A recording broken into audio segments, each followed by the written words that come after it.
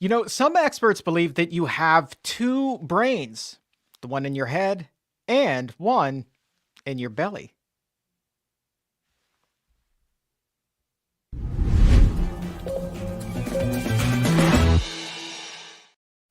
Aren't we just having a party with balloons today? Welcome to the Exam Room Live, brought to you by the Physicians Committee. Hi, I'm the weight loss champion, Chuck Carroll. We appreciate you raising your health IQ with us around the world in more than 150 countries and making this one of the most downloaded nutrition podcasts anywhere on the planet today. So, two brains.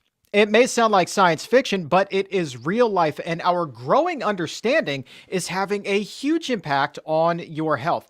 And Johns Hopkins Medicine sums it up like this. They say that the brain in your gut is revolutionizing medicine's understanding of the link between digestion and mood and health and even the way that you think.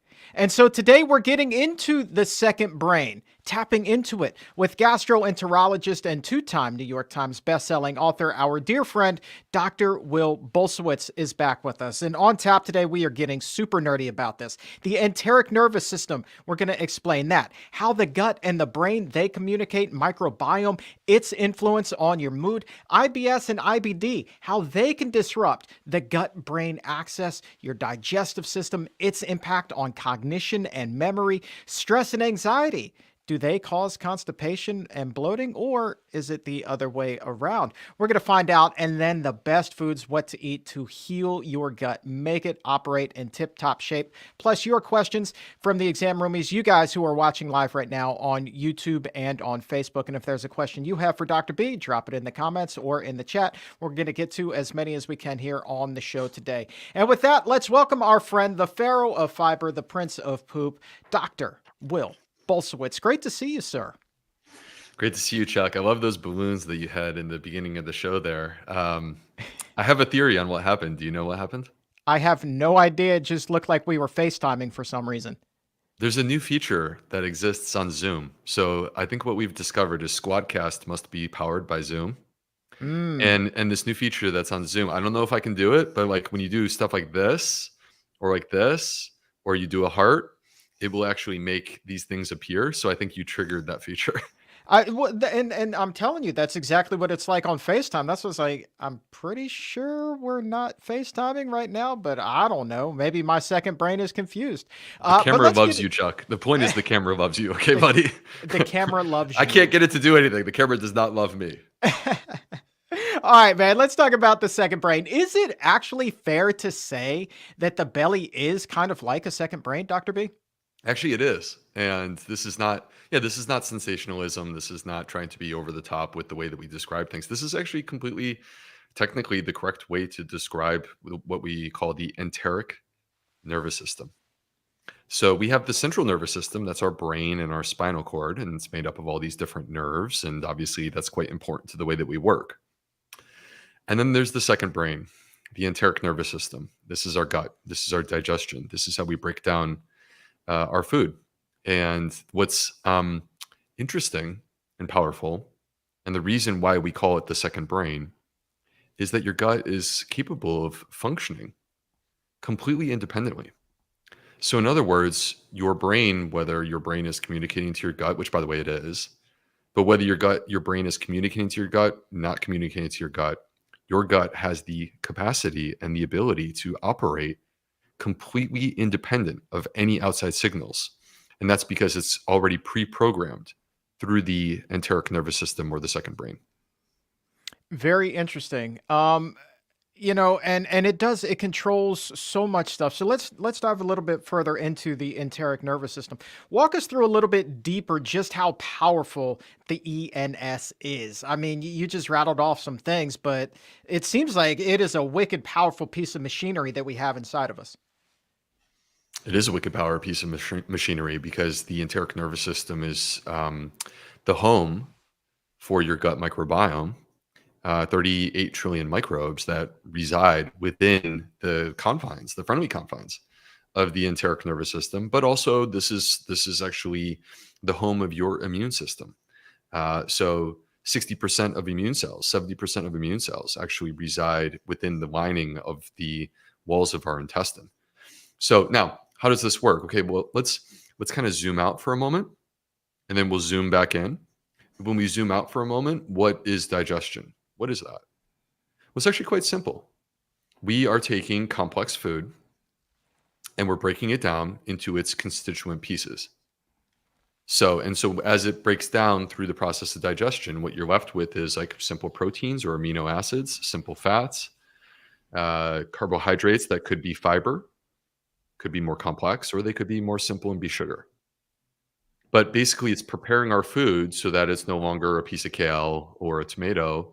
And now it's been broken down into its pieces and it's ready for absorption. Now the body gets access to these nutrients, goes beyond just carbohydrates and protein and fat. It also includes vitamins and minerals and phytochemicals and polyphenols and all these other things that exist. But this is what the process of digestion is. It's the process of taking our food and breaking it down into pieces that then our body can get access to and incorporate into our being as humans. So, how does it work with the enteric nervous system? Well, there's a number of parts to this. Part of it is chemical. All right. So, chemical referring to, for example, enzymes, digestive enzymes that allow us to break down whether it be carbohydrates, fat, or protein. Also, it is physical. Physical refers to the motility, the movement of our intestines. And movement can come in a series of ways. Now, for everyone who's here right now, you're getting like basically a medical school level lecture on the way that digestion works. And that's because I'm a gastroenterologist and these are the things that I think about all the time. But there's sort of two general types of motility. There's motility that comes in waves, like this, comes in waves. And that is intended to propagate or push things through your intestines because your intestines are about 25 or 30 feet long. So as that wave moves through, that wave is basically pushing things along. Now, by the way, that wave, I can prove to you that this wave exists. If you've ever had abdominal pain that comes in waves, it builds, builds, builds, builds, builds, and then releases. You actually are feeling that wave. That is the wave of motility moving through your body. And that wave of motility is coming into contact with something that it doesn't like. And so it's trying to let you know. And that's why the pain and discomfort builds, builds, builds until it releases. That's the wave motility. But there's a second way that our motility works, and our intestines will actually physically break down our food. And that's more of a grinding process where, in essence, a segment of our intestines will actually get into the food and sort of go like this with it. So that's not just pushing things through, that's actually trying to break it apart. All right. So basically, if you take these things, digestive enzymes, waves of motility, segmentation, where it's breaking down our food, all of this stuff is automated. All of this stuff is automated. Now we can adjust it. We can fine tune it with signals from the brain, but you don't need them. You don't need them. The brain could be completely shut down. And as long as you have blood flow going to the intestines will continue to function. All right, so then it sounds to me that if somebody were suffering, a matter of fact, if we can pull up Julia's question, it sounds to me, Len, if somebody with IBS or IBD, a motility disorder, they would be kind of having a bad way. So, how could a disease like that disrupt what is known as the gut brain axis? There are a number of different ways that the presence of irritable bowel syndrome, IBS, or inflammatory bowel disease, which is like Crohn's disease or ulcerative colitis. There's a number of different ways that they can potentially disrupt the gut-brain axis. And by the way, it goes both ways. Okay, so let me explain what that means. So there is a disproportionate prevalence of mood disorders among people that have irritable bowel syndrome and inflammatory bowel disease. You are far more likely to be diagnosed with generalized anxiety disorder or major depression if you carry one of these diagnoses, irritable bowel syndrome or inflammatory bowel disease. But by the way, so that is the gut affecting our mood, which we can unpack if you want to, Chuck, in a moment. But it goes the other way too, which is that our brain affects our gut. And we can unpack this one as well if you want to, Chuck. There's a number of ways that our brain will affect the way that our digestive system functions, including our gut microbiome. And there's a reason why I think that everyone, by the way, you don't need to have IBS or IBD to relate to this. There's a reason why in times of stress, most of us, not all, most of us will manifest it in our gut. The vast majority of people in times of stress, like let's pretend that you're going to give a speech publicly, and that provokes anxiety and you're stressed and uncomfortable. All right, that discomfort actually manifests in many cases with bloating, some discomfort. That discomfort can intensify and become quite severe. You may get nausea. All right, these are the ways in that acute setting that stress manifests in the gut. But it's also possible for chronic stress to manifest in the gut with exacerbation and worsening of these types of conditions, like irritable bowel syndrome or inflammatory bowel disease. You ask a person with Crohn's or ulcerative colitis, does stress make it worse? 100% they will say yes. Now, here's an interesting question from Annie, who kind of posed this as the chicken or the egg kind of deal. She's wondering whether stress causes bloating or constipation, or is it the other way around? I think that we're beginning to rethink that because back in the day, correct me if I'm wrong, doctors generally believed that stress and anxiety caused the constipation, caused the bloating. But now it seems to be, as you're indicating, it could be the inverse of that. It's not either or, it's both. It's what we call the vicious cycle. And this was a concept that was brought forward by my mentor at the University of North Carolina, Dr. Doug Drossman. And which I think, has he been on the show, Chuck? I think he has. I know he would be a first timer once we get him on. If you want to make the connect, I'm more than happy to welcome him on.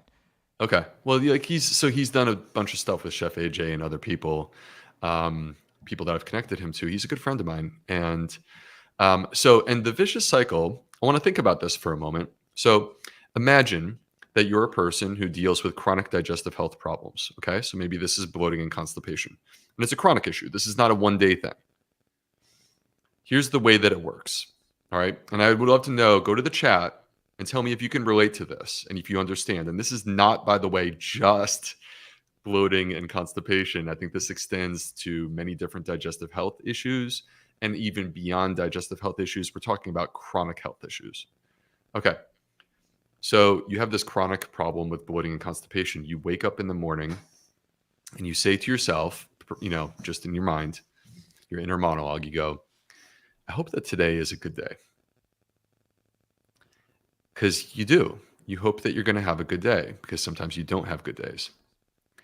And the problem is that at some point, because this is a chronic health issue, you probably actually notice that there's something going on there. You may start to feel that bloating. You may start to feel constipated.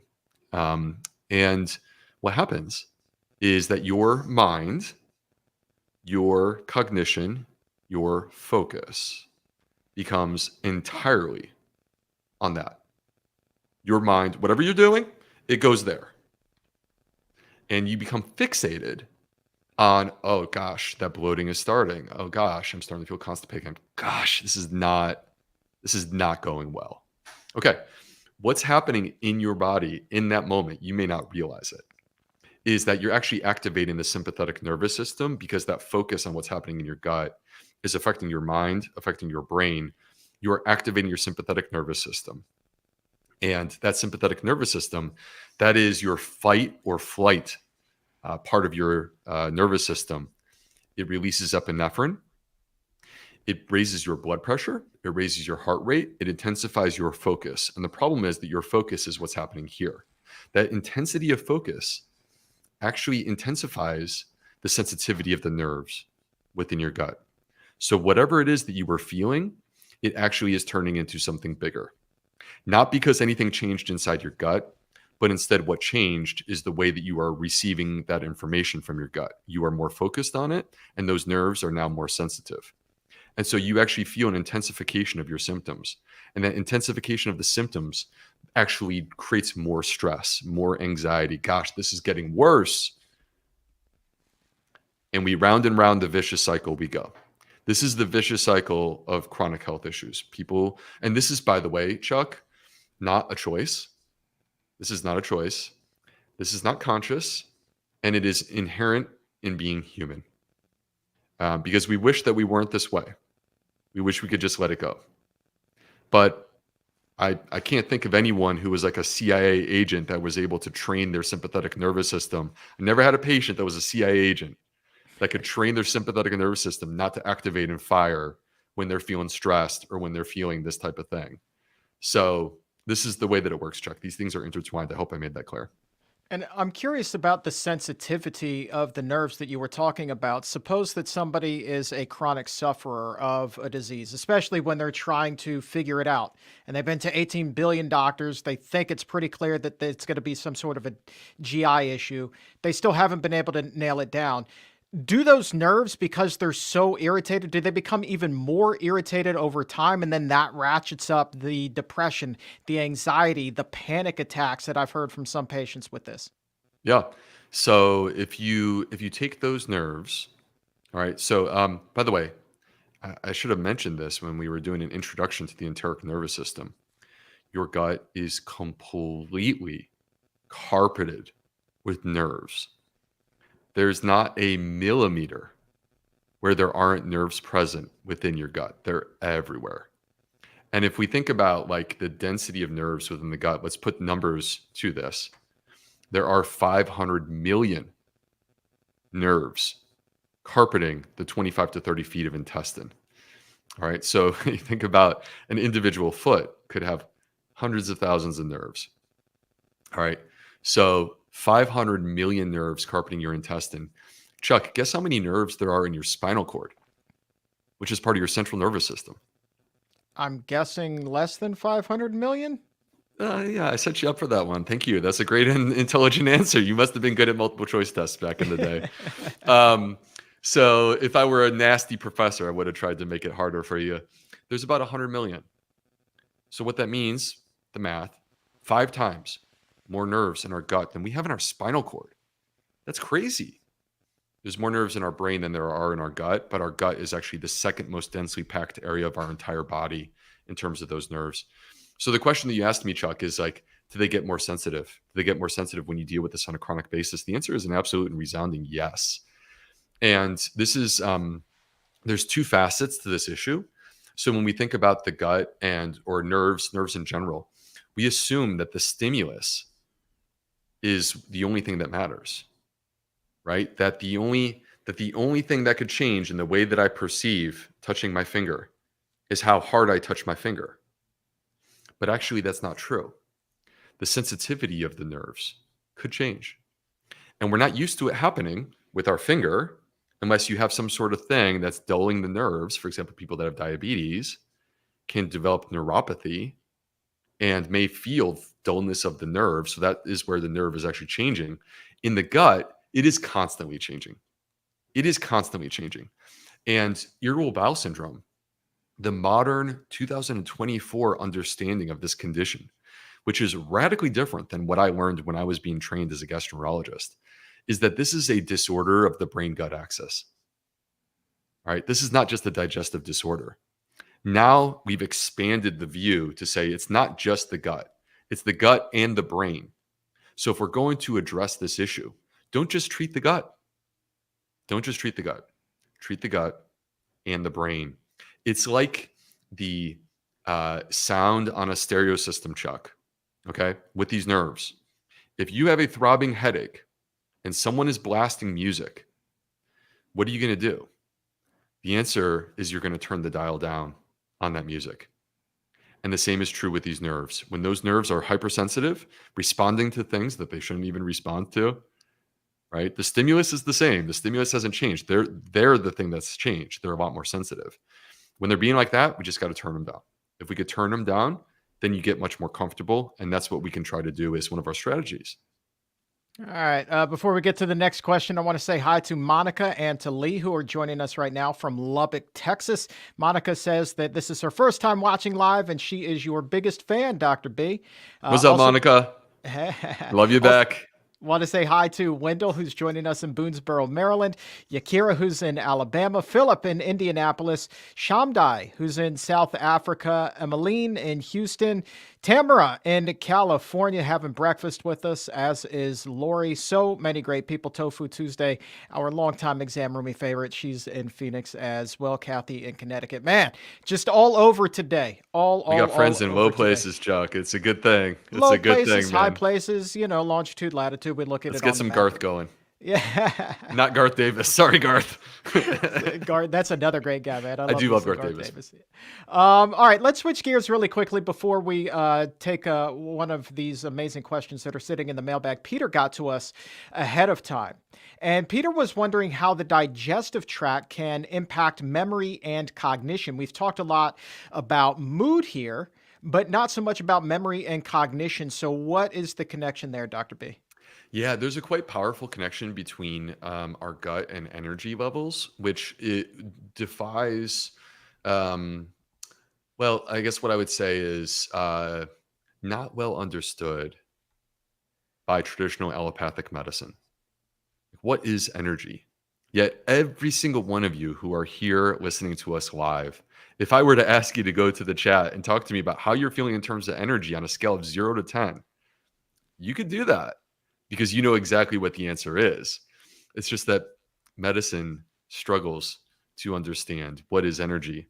Energy, memory, cognition. To me, we're kind of talking about things that exist in a similar conceptual framework, which is they're a little bit difficult to define, yet we all know that they're there and we all feel them in a certain way. And the gut is playing a central role in each of these things. And so now when it comes to energy, I think like there's two main factors that I think about, which is the gut barrier being intact, all right, and the immune system. Because when we're activating the immune system, we're creating inflammation. And if you look consistently in studies where they ask people, how do you feel? What are your energy levels? Energy levels dip when people have a chronic inflammatory issue consistently. So I think that there's a strong tie between inflammation and energy. In terms of memory and cognition, that inflammatory tie continues to exist, but there's other elements to this. And really, it speaks to, Chuck, the way in which our gut communicates to our brain, which happens in many different ways. One is the vagus nerve. The vagus nerve connects our brain to our gut. But there's also ways, signaling molecules that our gut can release, which can affect these things. Let me give you a quick example. You go to the beach. It's a beautiful day. You get some extra sunshine. How do you feel? Ignoring the sunburn that's going to be coming tomorrow. How do you feel? How do you feel? I'll tell you how I feel when I go to the beach and have a great day. I feel very relaxed. But I also get this almost Zen-like focus that exists. Okay. What's happening there? Actually, the sun exposure is activating the release of serotonin within your gut. 95% of serotonin is produced in your gut, not in your brain. Serotonin is the happy hormone, but it also affects our energy levels. It affects our ability to focus. Okay, serotonin does all these things. Now, I want to be totally clear because I'm quite sure any second now there's going to be someone that jumps into the chat and says, "Yes, but Dr. B, you're wrong because." Okay, let me say what you're going to say. So, the serotonin produced by the gut, we're not totally clear that it crosses the blood-brain barrier. So, when I say 95% of serotonin and that your gut can affect your mood, it's not necessarily that the serotonin produced in your gut does actually cross into your brain. But what we do know, though, with clarity, is that there are precursor molecules called 5-HT3 that are produced, this is the nerdy thing, that are produced in the gut that do cross the blood-brain barrier and can be turned into serotonin in the brain. And what we also know with clarity is that gut microbiome is associated with our mood. And we also know with clarity is that food is connected to both of these things. You can affect your microbiome with food, and you can also affect your mood with food. And that's a powerful and an interesting concept. All right, and that is a great segue here to a question that we have from Melinda. Came in at 11:54. She was just waiting to pounce here, wondering about the link between fatty food specifically and mood swings. So, what do we know about fat here and mood, and how that affects everything we've been talking about here today? Well, I think that the big thing from my perspective to vilify an entire macronutrient would be inappropriate. Because there are healthy forms of fat, and healthy forms of fat, people clearly live longer with less disease when they preferentially steer themselves towards healthy forms of fat. So really, this is a question of dietary quality, because there's good fat, there's bad fat, there's good protein, there's bad protein, there's good carbs, and there's bad carbs. And what we want is to build and construct a diet that is made up of as much of the good stuff as we can reasonably get without driving ourselves insane and becoming perfectionist, which actually becomes sort of not helpful in our process. So fat specifically, from my perspective, it's not so much fat and mood swings. It's more so dietary quality and mood swings. And the fact that in the United States, as we speak, the most unhealthy forms of fat tend to dominate in the average American's diet. And so when you look at fat sort of globally within the United States, what you will discover is you'll say, oh, well, fat generally is not super good for people. But you would say the same thing, unfortunately, about carbohydrates, because people are eating a lot of refined, ultra-processed carbohydrate sources. It really comes back to dietary quality. Let's build a healthy diet that includes healthy fats, proteins, and carbohydrates. Sure. A burger and fries you're going to get not that high quality fat you're talking about as you would from, say, an avocado.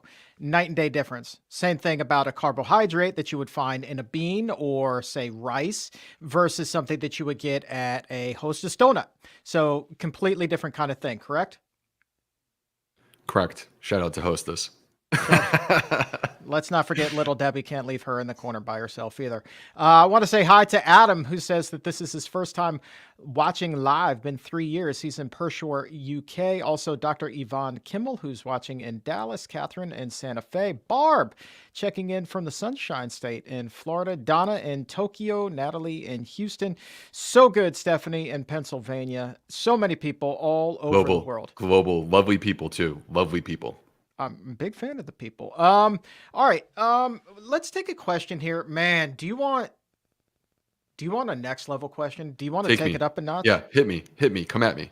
All right. Darren at 1218. Any kind of functional taxonomies of microbiome bacteria, including byproduct production and relation with other bacteria?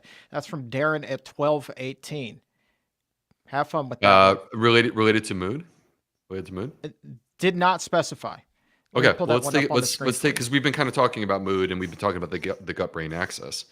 So, okay, I love when science converges consistently on the same discovery, the same idea. I love it because to me, no one finding or study by itself is adequate to really prove a point. What we want is to see consistency across multiple studies, across multiple types of studies. And what's amazing and beautiful and exciting about fiber is that we keep coming back to this and short chain fatty acids and the power that they hold in terms of not just our gut health, but in terms of our cognition and our brain health. And so it's quite fascinating to consider, Chuck, that they've done these microbiome studies looking at the microbiome of people who have mood disorders, diagnosable mood disorders, not just like, hey, I'm having a bad day. We're talking about people with major depression or generalized anxiety disorder. And particularly with major depression, you will discover that there are clear changes in the microbiome that exist. They're consistent with dysbiosis. And what are the microbes that are missing in major depression? If you start to look at them, what is the same and consistent across them is the absence or the loss of the microbes that produce short-chain fatty acids.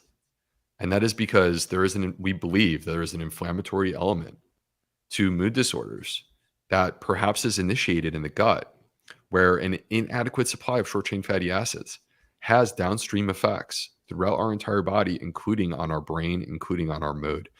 And one last thing I want to just throw in here real quick, because it's more a topic of interest that fascinates me. Our gut, people hear me, I've already talked about it on the show. Our gut has a gut barrier, all right? And I go like this, because if you were looking at it without a microscope, this is what it would look like, which means invisible. You wouldn't be able to see it, but it would be a fine little line, less than a fraction of a hair off your head. That is the gut barrier that separates the tube of our intestine, where 38 trillion microbes live, from the other side, where 70% of our immune system resides. And this single layer of cells is held together by these proteins called tight junctions. And it turns out the short chain fatty acids are what repair tight junctions so that we can restore the integrity of this gut barrier to protect ourselves. This is our wall that defends the castle. Okay, so if you had a castle, there would be the outer wall, right? And we want that to be strong, basically to protect the citizens within this within the castle. But there would also be the inner wall, right? If anyone who's watched Game of Thrones, there's like the inner tower where the most precious commodity, the most important things, including the king and the queen, this is where you put them, right? So that if the outer wall breaks, at least you got the inner wall to protect you. This is the blood-brain barrier. The blood-brain barrier protects our most precious commodity, our brain. The blood-brain barrier is made the exact same way, the exact same building blocks and the exact same proteins as the gut barrier, which means tight junctions and a single layer of cells. And if you wanted to restore the gut barrier, guess what does it? Short-chain fatty acids. Short-chain fatty acids repair the tight junctions. So when people, Chuck, by the way, talk about brain fog, and brain fog is this thing that, again, allopathic medicine, Western medicine struggles with, not because we're bad people, us medical doctors, we're not bad people. We want to help you. But we struggle with things that we don't have the ability to objectively define with blood work or with a CAT scan. It sucks. This is the way it is. But anyone who's experienced brain fog they know that this is real and your brain feels cloudy and like disorganized and it's hard to focus. And this, to me, brain fog, this is leaky brain. This is breakdown of the blood-brain barrier. And if we could restore, and that could be due to chronic inflammatory issues, and if we could restore that blood-brain barrier, perhaps with short-chain fatty acids, then we can protect the brain once again. So I hope that helps. So give me some examples. Give us some examples of foods that we might want to incorporate into our diet that would help us build these short-chain fatty acids back up. Well, I'm going to go with two broad categories, and I don't think they will surprise you or any of my other fans who are out there, because you've heard me say this, and the reason why I keep saying this like a broken record is because it's true, and this is where science is at. First is plants, fiber-rich foods.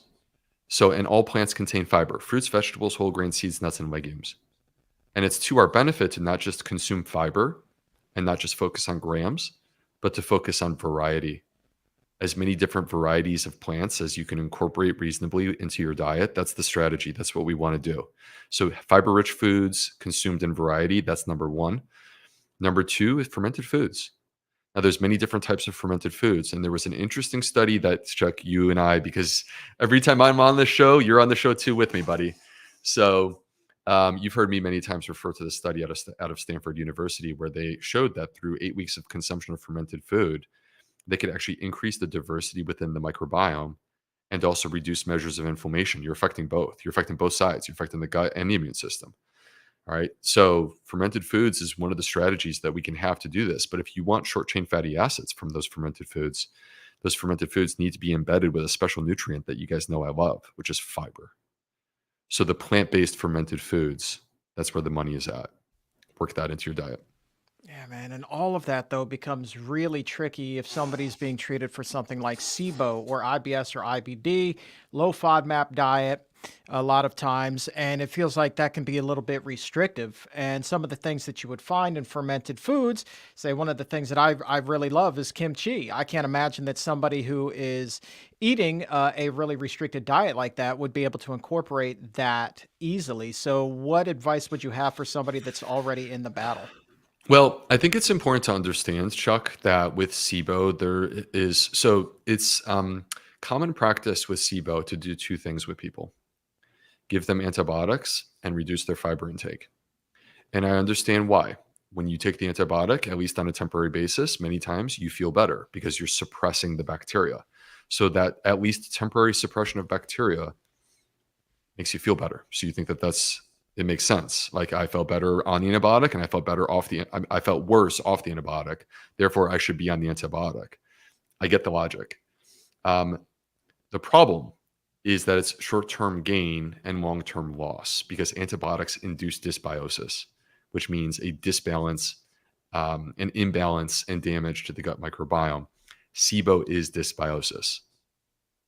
We're making it worse through repeated use of antibiotics. This is not, by the way, to say that there's no role for antibiotics and we should be antibiotic free. This is to say that a strategy that relies on repeated courses of antibiotics is potentially harmful. And we need to rethink that strategy. How can we rethink it? We need to rebuild the microbiome. The way that we rebuild the microbiome is by fueling these microbes. And this is where fiber comes into play.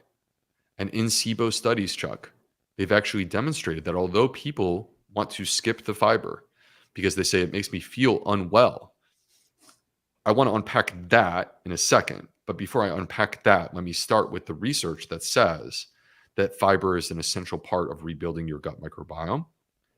And in these SIBO studies, people who increase their fiber intake recover from their SIBO, as opposed to the people who do not. Fiber becomes an important part of the story. Now, I am not saying, going back to, I promised I would get to this, going back to you don't feel well when you eat fiber, I'm not saying that you should just be miserable. That is not what I'm saying. What I'm saying is that we need strategies to get fiber on board and reduce the misery, make you more comfortable. A low FODMAP diet can be a way to do this, but you don't want to go low FODMAP and stay low FODMAP, and you don't want to be so simple as to just do low FODMAP. You want low FODMAP with fiber, and that's possible. There are low FODMAP foods, an example is raspberry, which are high in fiber. Another thing that I'll just throw out there, Chuck, because this just feels like it fits so perfectly into this conversation, is that this is a place where supplements can be helpful. So as an example, 38 Terra, our new supplement, Daily Microbiome Nutrition, was designed specifically to be low FODMAP and to deliver the fiber and the resistant starches that you need to actually fuel the healing that you're looking for within your gut microbiome. This is not an argument of supplements instead of food. That is not what I'm saying, just to be totally clear. This is an argument that we should take the food as far as we can take it, but for people who are sick, there's limits to how far they can take it. And supplements can add benefit. Whether you are sick or not sick, supplements can add benefit. To me, I'm about results, and results come from making the right choices that lead to beneficial outcomes. And so to me, it's the best of both. Optimize your diet and, when appropriate, add a supplement. And to me, a low FODMAP fiber supplement makes a lot of sense in a person with SIBO who's struggling with these issues. Now, I don't want to turn this into a commercial. I will tell you that up front, but No. I am a fan of 38T, and I'm curious for somebody who might be in that situation, would that be potentially a good option for them to get a little bit of extra fiber there? It can be a good option. But the other thing, whether it's 38 Terra or it's a different fiber supplement, regardless of what you choose to do, I think that there's a place where this is helpful. I, by the way, would not do inulin, which is like sort of the common thing that's out there. It's in like the sodas where they have high fiber soda. No. Don't do that. That's a disaster waiting to happen. All right. You want low FODMAP.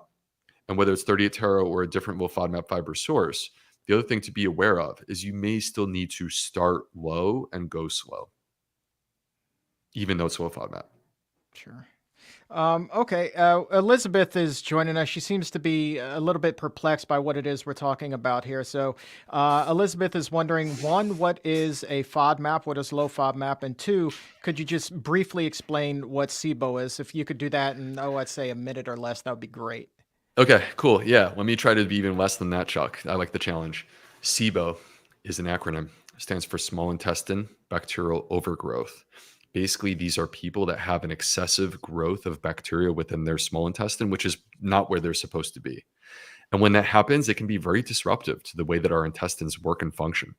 Microbes are active. Microbes do things.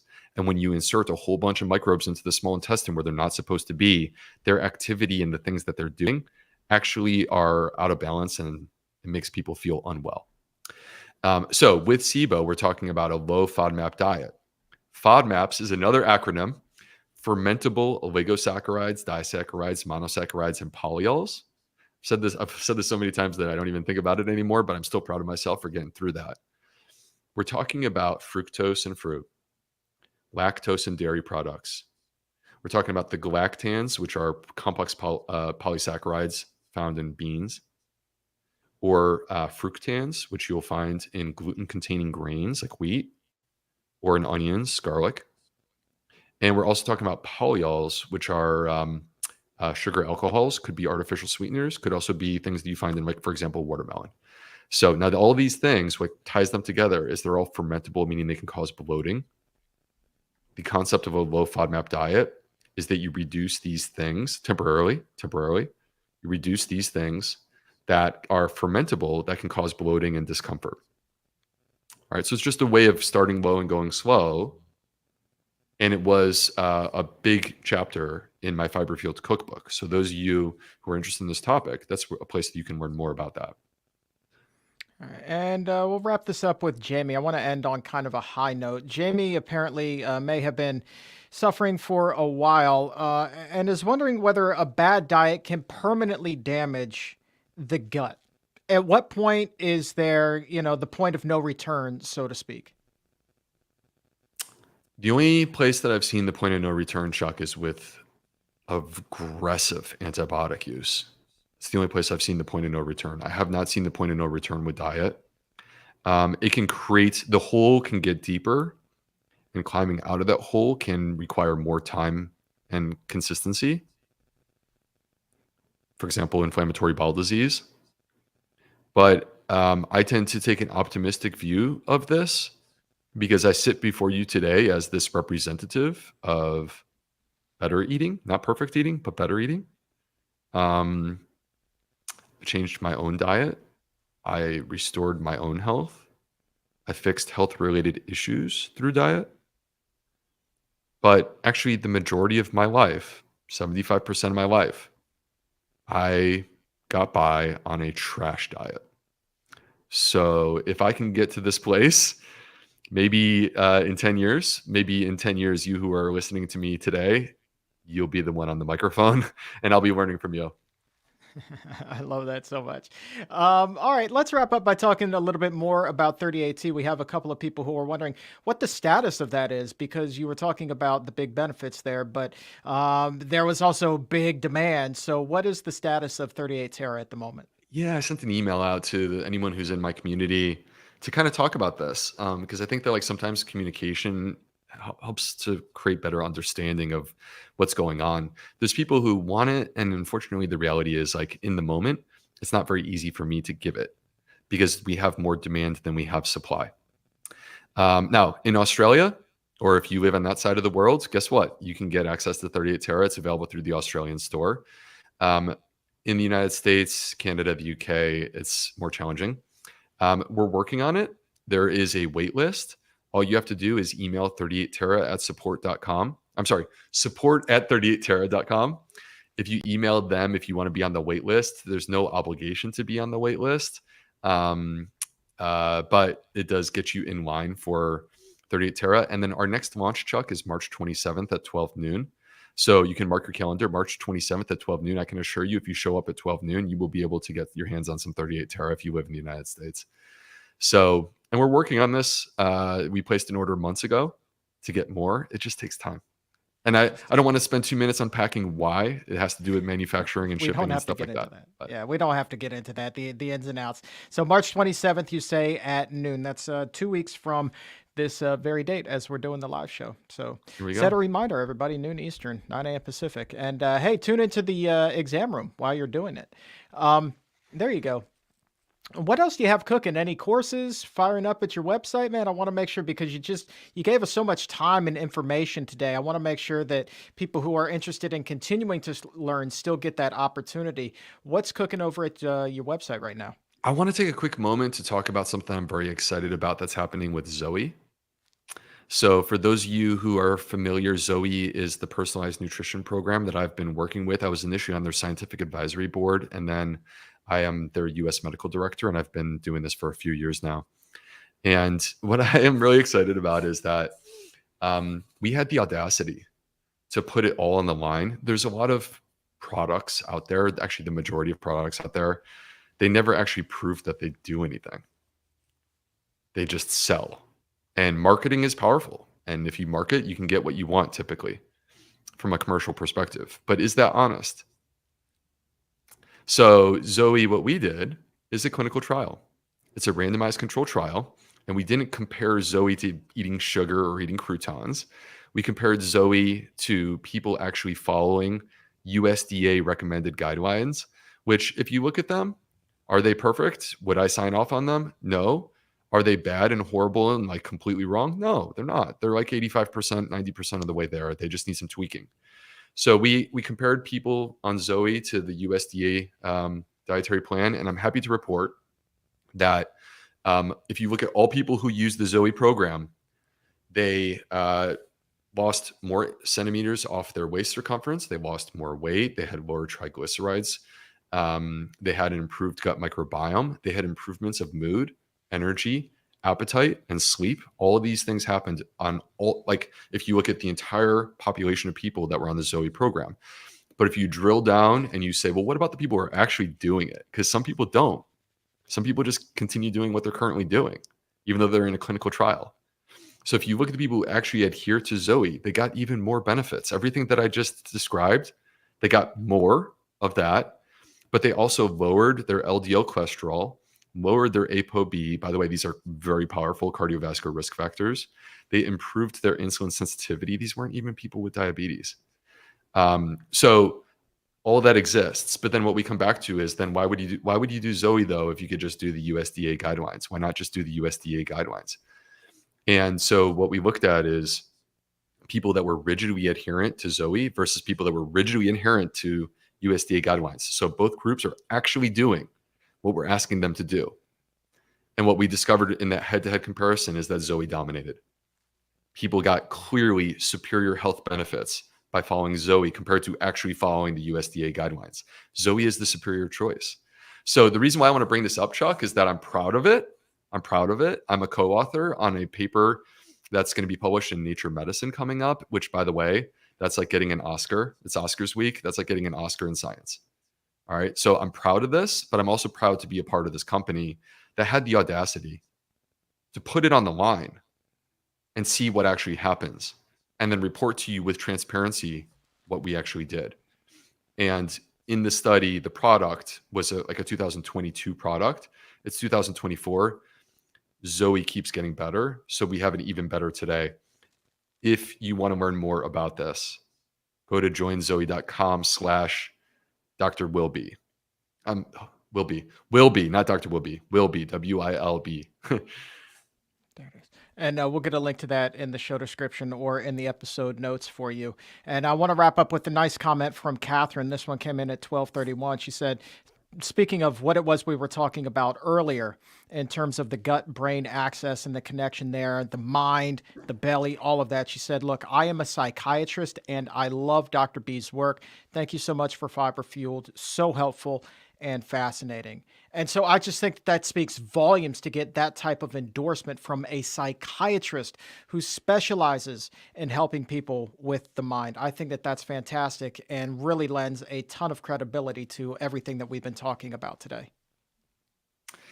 No, that's amazing. I love it. I mean, I have, I hope that this is clear. I have such tremendous respect and admiration for all healthcare providers, because I know what we're trying to do and I know how hard and challenging it can be at times, having been there myself. And so, and I'm grateful particularly for the healthcare providers that are willing to be a maverick. And what I mean by that is not being crazy or a cowboy. I mean, like they don't care that the system is trying to stop them from talking about diet and lifestyle. And they're a maverick because they think that this is so important that they will deliver that to their patients no matter what the system says. And those people are my favorite. Here for the rebels, my friend, the Mavericks, as you like to call them. You, sir, are definitely a maverick, and that's why we appreciate your time, my friend. Thanks so much for being here. Thank you, Chuck. Thanks, everyone. Love seeing y'all. All right, and I want to say thank you to the crew behind the scenes for making the magic happen. Appreciate the balloons. And to you, exam roomies, thank you so very much for watching and raising your health IQs with us today. Just an extraordinary episode. I mean, really groundbreaking conversation covering a topic that we really usually don't get a chance to dive into here. But I would love to tap further into this because I feel like there's so much more still to explore. But for now, on behalf of everyone here at the Physicians Committee, I am the weight loss champion, Chuck Carroll. Thanks so very much for watching. And remember, as always, keep it plant-based.